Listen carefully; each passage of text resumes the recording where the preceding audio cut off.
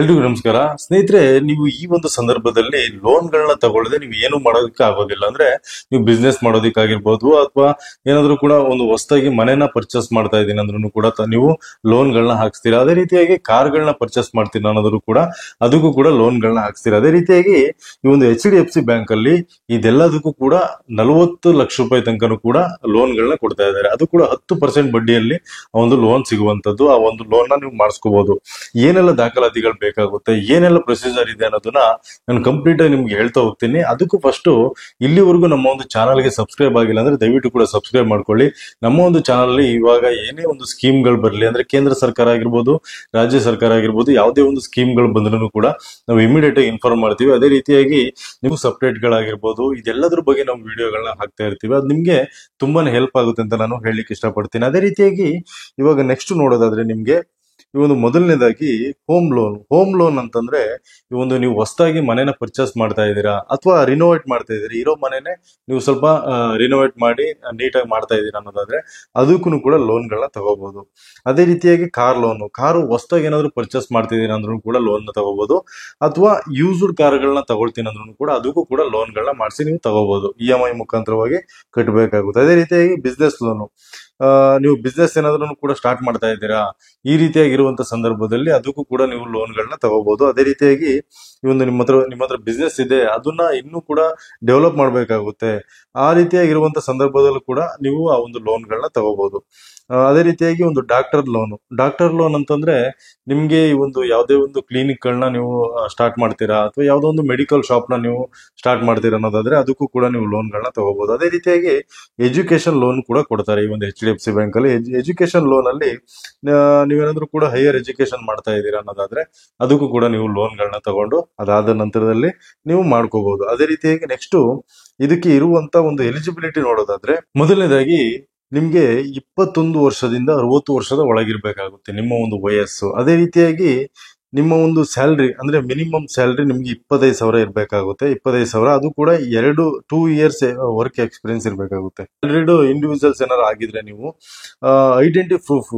Identity ಪ್ರೂಫಿಗೋಸ್ಕರ ಏನೇನೆಲ್ಲ ಬೇಕಾಗುತ್ತೆ ಅನ್ನೋದಾದ್ರೆ ಪ್ಯಾನ್ ಕಾರ್ಡ್ ಆಗಿರ್ಬೋದು, ಆಧಾರ್ ಕಾರ್ಡ್ ಆಗಿರ್ಬೋದು, ಡ್ರೈವಿಂಗ್ ಲೈಸೆನ್ಸ್ ಆಗಿರ್ಬೋದು, ಮತ್ತೆ ಪಾಸ್ಪೋರ್ಟ್ ಆಗಿರ್ಬೋದು, ಇಷ್ಟು ನಿಮ್ಗೆ ಬೇಕಾಗುತ್ತೆ. ಸ್ಯಾಲ್ರಿಡ್ ಎಂಪ್ಲಾಯ್ಸ್ ಯಾರಿದ್ದೀರಲ್ವಾ, ನೀವು ಏನಾದ್ರು ಕೂಡ ಲೋನ್ಗಳನ್ನ ತಗೋಬೇಕಂದ್ರೆ ಇಲ್ಲಿ ನಾನು ಹೇಳ್ತಾ ಇರುವಂತ ದಾಖಲಾತಿಗಳನ್ನ ನೀವು ಇಟ್ಕೊಂಡಿರ್ಬೇಕಾಗುತ್ತೆ. ನೆಕ್ಸ್ಟ್ ಅಡ್ರೆಸ್ ಪ್ರೂಫಿಗೋಸ್ಕರ Aadhaar card, driving licence, passport or utility bills ಅಂದ್ರೆ ನಿಮ್ಗೆ ಗೊತ್ತಿರಬಹುದು, ಈ ಒಂದು ಕರೆಂಟ್ ಬಿಲ್ ಆಗಿರ್ಬೋದು, ವಾಟರ್ ಬಿಲ್ ಆಗಿರ್ಬೋದು, ಗ್ಯಾಸ್ ಬಿಲ್ ಆಗಿರ್ಬೋದು, ಇದು ಯಾವ್ದು ಕೂಡ ಆಗುತ್ತೆ. ಮತ್ತೆ ಇನ್ಕಮ್ ಪ್ರೂಫಿಗೋಸ್ಕರ ನಿಮ್ಗೆ ಲಾಸ್ಟ್ 3 ಮಂತ್ಸ್ ಸ್ಯಾಲರಿ ಸ್ಲಿಪ್ ಬೇಕಾಗುತ್ತೆ. ಅದೇ ರೀತಿಯಾಗಿ ಲಾಸ್ಟ್ 6 ಮಂತ್ಸ್ ಬ್ಯಾಂಕ್ ಸ್ಟೇಟ್ಮೆಂಟ್ ಬೇಕಾಗುತ್ತೆ. ದಯವಿಟ್ಟು ಕೂಡ ಅರ್ಥ ಮಾಡ್ಕೊಳ್ಳಿ.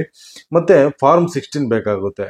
ಅದೇ ರೀತಿಯಾಗಿ ಎಂಪ್ಲಾಯ್ಮೆಂಟ್ ಪ್ರೂಫಿಗೋಸ್ಕರ ಅಪಾಯಿಂಟ್ಮೆಂಟ್ ಲೆಟರ್ ಬೇಕಾಗುತ್ತೆ, ಎಂಪ್ಲಾಯ್ ID ಕಾರ್ಡ್ ಬೇಕಾಗುತ್ತೆ, ಒಂದು ಲೋನ್ ಅಪ್ಲಿಕೇಶನ್ ಫಾರ್ಮ್ ಬೇಕಾಗುತ್ತೆ. ಅದು ಕೂಡ ಒಂದು ಲೋನ್ ಅಪ್ಲಿಕೇಶನ್ ಫಾರ್ಮ್ ನಿಮ್ಗೆ ಆ ಒಂದು ಬ್ಯಾಂಕ್ ಅಲ್ಲೇ ಕೊಡ್ತಾರೆ. ಮತ್ತೆ ಪಾಸ್ಪೋರ್ಟ್ ಸೈಜ್ ಫೋಟೋಗ್ರಾಫ್ಸ್ ಬೇಕಾಗುತ್ತೆ. ಇಷ್ಟು ನಿಮ್ಗೆ ಸ್ಯಾಲ್ರಿಡ್ ಪರ್ಸನ್ ಆಗಿದ್ರೆ, ಏನಾದ್ರು ಸ್ಯಾಲ್ರಿಡ್ ಇಂಡಿವಿಜುವಲ್ಸ್ ಆಗಿದ್ರೆ ಅವರು ಈ ಒಂದು ಲೋನ್ ನ ಮಾಡಿಸೋದಕ್ಕೆ ಇಷ್ಟು ದಾಖಲಾತಿಗಳು ಬೇಕಾಗುತ್ತೆ. ನೆಕ್ಸ್ಟ್ ಸೆಲ್ಫ್ ಎಂಪ್ಲಾಯ್ಡ್ ಇಂಡಿವಿಜುವಲ್ಸ್ ಗೆ ಏನೆಲ್ಲ ಬೇಕಾಗುತ್ತೆ ದಾಖಲಾತಿ ಅಂತ same identity proof, PAN card, Aadhaar card, driving licence or passport. ಇನ್ನು ಅಡ್ರೆಸ್ ಪ್ರೂಫಿಗೋಸ್ಕರ Aadhaar card, driving licence, passport or utility bills same ಅದೇ ಬೇಕಾಗುತ್ತೆ. ಬಟ್ ಇಲ್ಲಿ ಇನ್ಕಮ್ ಪ್ರೂಫಿಗೋಸ್ಕರ ಸ್ವಲ್ಪ ಚೇಂಜ್ ಆಗುತ್ತೆ. ಇನ್ಕಮ್ ಪ್ರೂಫಿಗೋಸ್ಕರ last 2 years income tax returns ಬೇಕಾಗುತ್ತೆ ಸ್ನೇಹಿತರೆ. ಇದನ್ನ ಅರ್ಥ ಮಾಡ್ಕೊಳ್ಳಿ. ಸೆಲ್ಫ್ ಎಂಪ್ಲಾಯ್ಡ್ ಇಂಡಿವಿಜುವಲ್ಸ್ ಯಾರಿದ್ದೀರಾ ಅಂತವ್ರಿಗೆ last 2 years income tax returns ಬೇಕಾಗುತ್ತೆ. Last 2 years balance sheets and profit and loss accounts ಬೇಕಾಗುತ್ತೆ. ಅದೇ ರೀತಿಯಾಗಿ ಲಾಸ್ಟ್ 6 ಮಂತ್ಸ್ ಬ್ಯಾಂಕ್ ಸ್ಟೇಟ್ಮೆಂಟ್ ಬೇಕಾಗುತ್ತೆ.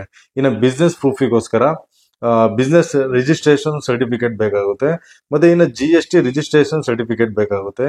ಇನ್ನು ನೆಕ್ಸ್ಟ್ ಪಾರ್ಟ್ನರ್ಶಿಪ್ ಡೀಡ್ ಅಂದ್ರೆ ಪಾರ್ಟ್ನರ್ಶಿಪ್ ಅಲ್ಲಿ ಏನಾದ್ರು ನಿಮ್ ಬಿಸ್ನೆಸ್ ಇದ್ರೆ ಅದಕ್ಕೆ ಒಂದು ಪಾರ್ಟ್ನರ್ಶಿಪ್ ಡೀಡ್ ಏನ್ ಮಾಡ್ಸಿರ್ತೀರಾ ಅದು ಕೂಡ ಬೇಕಾಗುತ್ತೆ ಅಪ್ಲಿಕೇಬಲ್ ಆದ್ರೆ. ಇನ್ನ ಅದರ ಡಾಕ್ಯುಮೆಂಟ್ ನೋಡೋದಾದ್ರೆ ಲೋನ್ ಅಪ್ಲಿಕೇಶನ್ ಫಾರ್ಮ್, ಅದು ಕೂಡ ಅಲ್ಲಿ ಬ್ಯಾಂಕ್ ಅಲ್ಲಿ ಕೊಡ್ತಾರೆ. ಮತ್ತೆ ಪಾಸ್ಪೋರ್ಟ್ ಸೈಜ್ ಫೋಟೋಸ್ ಬೇಕಾಗುತ್ತೆ. ಇಷ್ಟು ನಿಮ್ಗೆ ಸೆಲ್ಫ್ ಎಂಪ್ಲಾಯ್ಡ್ ಇಂಡಿವಿಜುವಲ್ಸ್ ಗೆ ಬೇಕಾಗುತ್ತೆ. ನೆಕ್ಸ್ಟ್ ನೋಡೋದಾದ್ರೆ ಹೋಮ್ ಲೋನ್ಸ್ ಅಂದ್ರೆ ಮನೆ ಏನಾದ್ರು ಪರ್ಚೇಸ್ ಮಾಡೋದಾದ್ರೆ ಏನ್ ಬೇಕಾಗುತ್ತೆ ಅಂತ. ನಿಮ್ಗೆ ಪ್ರಾಪರ್ಟಿ ಡಾಕ್ಯುಮೆಂಟ್ಸ್ ಬೇಕಾಗುತ್ತೆ ಮೊದಲನೇದಾಗಿ. ನೆಕ್ಸ್ಟ್ ಟೈಟಲ್ ಡೀಡ್ ಬೇಕಾಗುತ್ತೆ. ಇನ್ನು ಸೇಲ್ ಅಗ್ರಿಮೆಂಟ್ ಬೇಕಾಗುತ್ತೆ. ಇನ್ನು ಬಿಲ್ಡಿಂಗ್ ಪ್ಲಾನ್ ಅಪ್ರೂವಲ್ ಬೇಕಾಗುತ್ತೆ. ಇನ್ನು identity proof PAN card, Aadhaar card, driving licence or passport ಬೇಕಾಗುತ್ತೆ. ಇನ್ನು ಅಡ್ರೆಸ್ ಪ್ರೂಫಿಗೋಸ್ಕರ Aadhaar card, driving licence, passport or utility bills ಬೇಕಾಗುತ್ತೆ. ಅದೇ ರೀತಿಯಾಗಿ ಇನ್ಕಮ್ ಪ್ರೂಫಿಗೋಸ್ಕರ ನೋಡೋದಾದ್ರೆ ಲಾಸ್ಟ್ 3 ಮಂತ್ ಸ್ಯಾಲರಿ ಸ್ಲಿಪ್ಸ್, ಅಂದ್ರೆ ಏನಾದ್ರು ಸ್ಯಾಲರಿ ಏನಾದ್ರು ಆಗಿದ್ರೆ ನೀವು ಸ್ಯಾಲರಿ ಸ್ಲಿಪ್ ಬೇಕಾಗುತ್ತೆ. ಅಥವಾ last 2 years income tax returns ಬೇಕಾಗುತ್ತೆ. ಏನಾದ್ರು ಕೂಡ ನೀವು IT ರಿಟರ್ನ್ ಏನಾದ್ರು ಮಾಡ್ತಾ ಇದ್ರೆ ಸೊ ಅದ್ರದ್ದು ನಿಮ್ಗೆ ಇನ್ಕಮ್ ಟ್ಯಾಕ್ಸ್ ರಿಟರ್ನ್ ಬೇಕಾಗುತ್ತೆ ಸೆಲ್ಫ್ ಎಂಪ್ಲಾಯ್ಡ್ ಆಗಿದ್ರೆ. ಸೊ ಇನ್ನು other documents loan application form ಅದು ಬ್ಯಾಂಕ್ ಅಲ್ಲೇ ಕೊಡ್ತಾರೆ. ಅದೇ ರೀತಿಯಾಗಿ ಇನ್ನು ಪಾಸ್ಪೋರ್ಟ್ ಸೈಜ್ ಫೋಟೋಸ್ ಬೇಕಾಗುತ್ತೆ. ಇದು ನಿಮ್ಗೆ ಹೋಮ್ ಲೋನ್ಗೋಸ್ಕರ ಮನೆಯನ್ನ ತಗೊಳ್ಳೋದಾದ್ರೆ ಅಥವಾ ರಿನೋವೇಟ್ ಮಾಡೋದಾದ್ರೆ ಇದು ಬೇಕಾಗುತ್ತೆ. ಇನ್ನು ನೆಕ್ಸ್ಟ್ ಕಾರ್ ಲೋನಿಗೋಸ್ಕರ ನಿಮ್ಗೆ ನೆಕ್ಸ್ಟ್ ಏನ್ ದಾಖಲಾತಿ ಬೇಕಾಗುತ್ತೆ ಅನ್ನೋದಾದ್ರೆ ನಿಮ್ಗೆ ಐಡೆಂಟಿ ಪ್ರೂಫ್ ಬೇಕಾಗುತ್ತೆ. PAN card, Aadhaar card, driving licence or passport. ಇನ್ನು ಅಡ್ರೆಸ್ ಪ್ರೂಫಿಗೋಸ್ಕರ Aadhaar card, driving licence, passport or utility bills ಬೇಕಾಗುತ್ತೆ. ಇನ್ನು ಇನ್ಕಮ್ ಪ್ರೂಫಿಗೋಸ್ಕರ ನಿಮ್ಗೆ 3 ಮಂತ್ಸ್ ಸ್ಯಾಲರಿ ಸ್ಲಿಪ್ ಬೇಕಾಗುತ್ತೆ ನೀವೇನೋ ಸ್ಯಾಲರಿ ಪರ್ಸನ್ ಆಗಿದ್ರೆ. ಇನ್ನು last 2 years income tax return ಬೇಕಾಗುತ್ತೆ.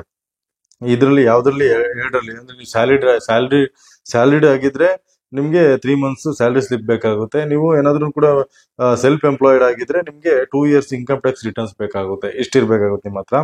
ಇನ್ನು ವೆಹಿಕಲ್ ಡಾಕ್ಯುಮೆಂಟ್ಸ್ ನೋಡೋದಾದ್ರೆ ವೆಹಿಕಲ್ ರಿಜಿಸ್ಟ್ರೇಷನ್ ಸರ್ಟಿಫಿಕೇಟ್ ಬೇಕಾಗುತ್ತೆ. ವೆಹಿಕಲ್ ಇನ್ಸೂರೆನ್ಸ್ ಸರ್ಟಿಫಿಕೇಟ್ ಬೇಕಾಗುತ್ತೆ. ಇನ್ನು ವೆಹಿಕಲ್ ಡಾಕ್ಯುಮೆಂಟ್ಸ್ ನೋಡೋದಾದ್ರೆ ಇನ್ನು other documents loan application form ಬೇಕಾಗುತ್ತೆ.